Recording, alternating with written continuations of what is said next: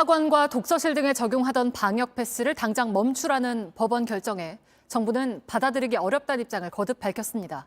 법적 절차를 충실히 밟겠다면서도 결정 내용을 하나하나 반박했습니다. 먼저 박민규 기자입니다.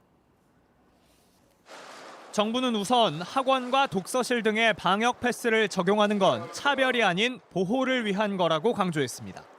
미접종자 자체가 감염에 취약하기 때문에 미접종자를 보호하는 목적이 훨씬 크다는 점을 특히 법원의 위험성 판단에 의문을 제기했습니다.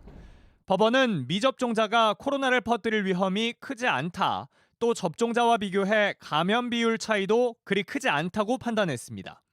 그러나 정부는 미접종 감염자가 접종자의 2배가 넘고 중환자나 사망자는 4배에서 5배 더 많다고 재차 강조했습니다. 법원에서는 어떤 근거로 이게 감염 확률 차이가 현저하다고 볼 수 없다라고 했는지는 사실 저희로서도 좀 알 길은 없는데요. 이 정도 차이면 굉장히 큰 차이고 또 법원이 지난해 12월 2주차 자료만으로 위험성을 판단했다며 그동안 확산 추이를 반영하지 않은 한계가 있다고 했습니다.